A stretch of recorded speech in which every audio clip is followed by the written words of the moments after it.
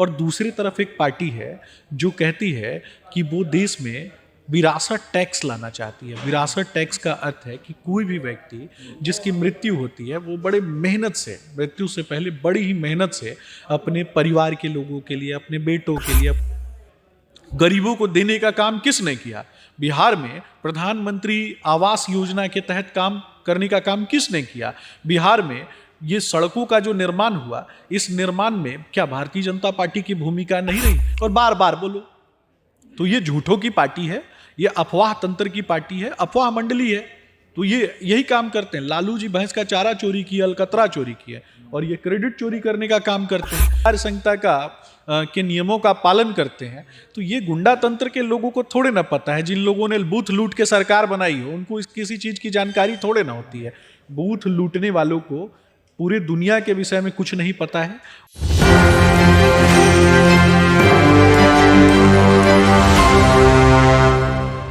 नमस्कार, मैं नंदन, आप देख रहे हैं एक न्यूज़ 24 के। बता देते हैं सबसे पहले इस वक्त हमारे साथ जुड़े हुए हैं भाजपा के ही प्रदेश प्रवक्ता सुमित शशांक जी। हम बातें करेंगे, लोकसभा चुनाव चल रहा है, लगातार विपक्ष की तरफ से आरोप भी लगाए जा रहे हैं, प्रति आरोप लगाए जा रहे हैं, लेकिन बात होती है योजनाओं की। अगर योजनाओं की बात करें तो हजारों योजना लाई गई भाजपा की तरफ से, लेकिन क्या वो योजना गाँव तक पहुँच रही है, गरीबों तक पहुँच रही है? क्योंकि फील्ड में उतर कर हम पूछते भी है गरीबों से तो वो यही कहते हैं, जो सड़क के पार रहते हैं, जो गाँव में रहते हैं, वो यही कहते हैं कि योजना हमारे तक नहीं पहुँची है।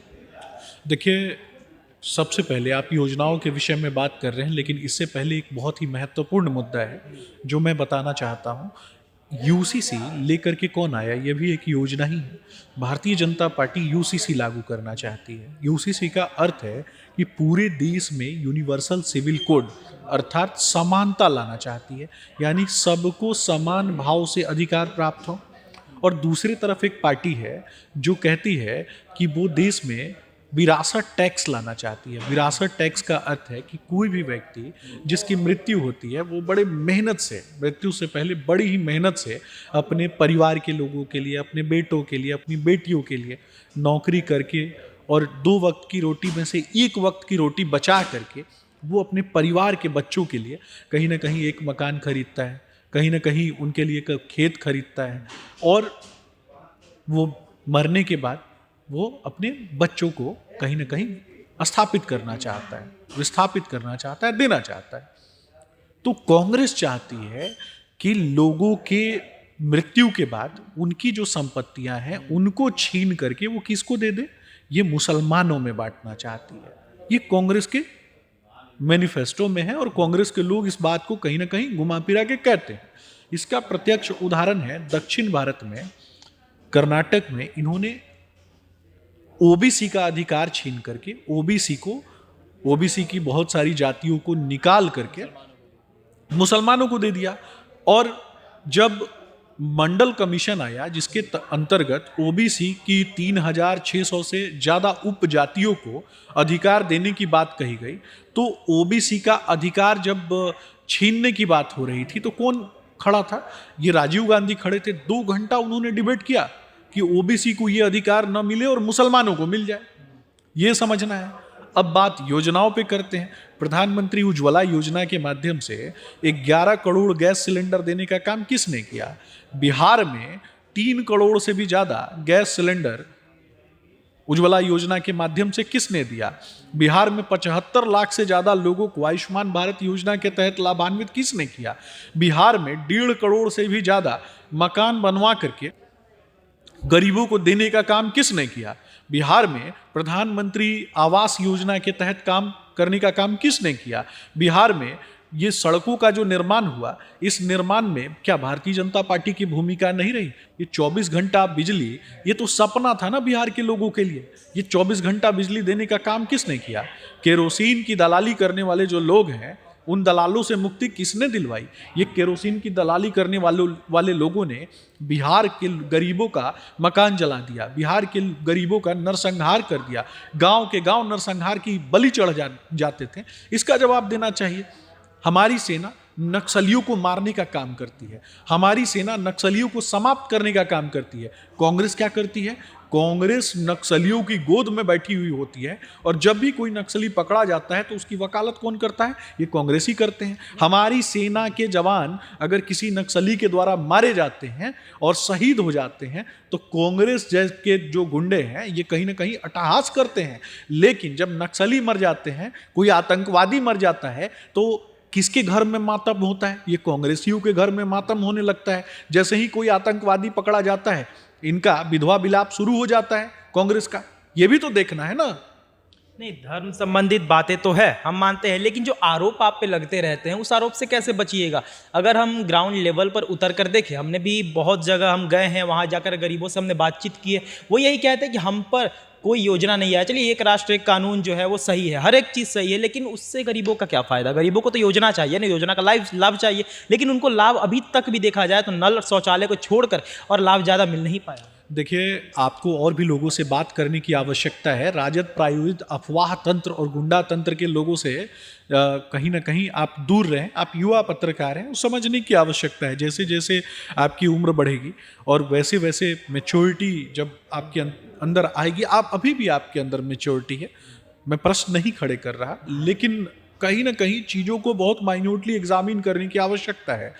इनके नेता से, तेजस्वी जी से आप एक बार जाके पूछिए कि तेजस्वी जी, आप 5 योजनाएं बताएं जिससे बिहार को आपने 17 महीने में लाभान्वित किया। इनको ये की योजना नहीं याद रहेगा। तो दूसरे के द्वारा दिए गए नौकरी है ना, उनको अपनी छाती पे स्टिकर चिपका लेंगे कि मैंने दिया, मैंने दिया, मैंने दिया। इनका कहना है, इनका मानना है, झूठ बोलो, जोर से बोलो और बार बार बोलो। तो ये झूठों की पार्टी है, ये अफवाह तंत्र की पार्टी है, अफवाह मंडली है। तो ये यही काम करते हैं। लालू जी भैंस का चारा चोरी किया, अलकतरा चोरी किया, और ये क्रेडिट चोरी करने का काम करते हैं।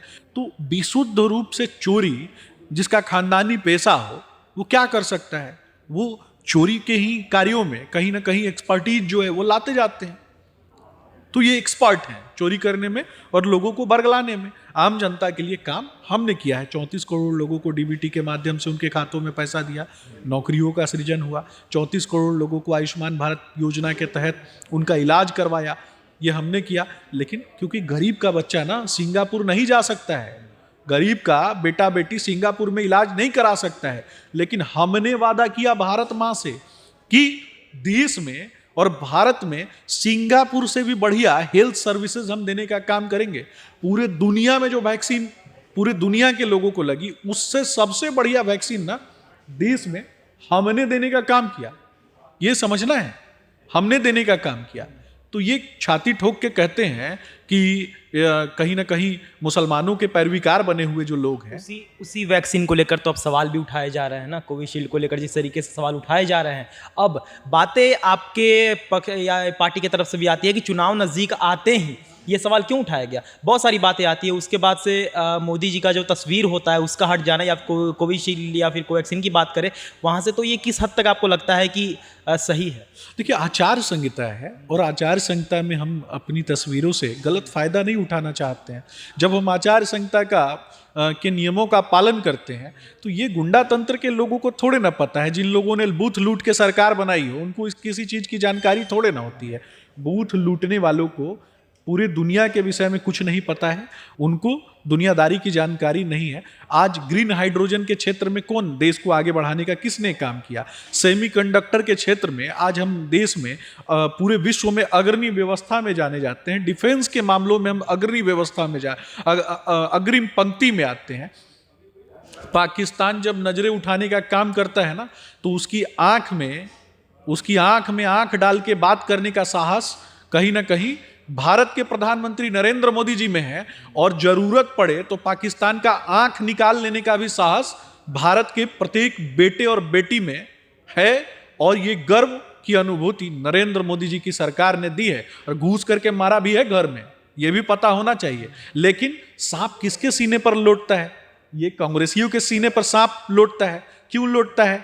क्योंकि इनके जो सहयोगी हैं और इनकी पाकिस्तान की जुबान बोलने वाले जो लोग हैं और मदरसा में बैठ करके देश को खंडित करने की बात करने वाले जो लोग हैं, ये गुंडा पार्टी के जो सरदार हैं, उनके सीने पर सांप लौटता है ना। देख सकते हैं सुमित शशांक जी हमारे साथ जुड़े हुए थे। जो भी हमने इनसे सवाल किया योजनाओं को लेकर, जिस तरीके से लोकसभा चुनाव चल रहा है और भाजपा पर योजनाओं को लेकर शुरुआत से चाहे विपक्ष हो या फिर कुछ लोग हों वो सवाल उठाते रहे हैं कि योजना तो मोदी जी निकालते हैं लेकिन उनका लाभ हमें नहीं मिल पाता है। जो भी कुछ हमने प्रश्न किया उसका शशांक जी ने क्या आंसर दिया आप देख सकते हैं। ये थी आज की रिपोर्ट। बाकी इस और तमाम खबरों के लिए सब बने और देखते रहिए न्यूज़ 24। धन्यवाद।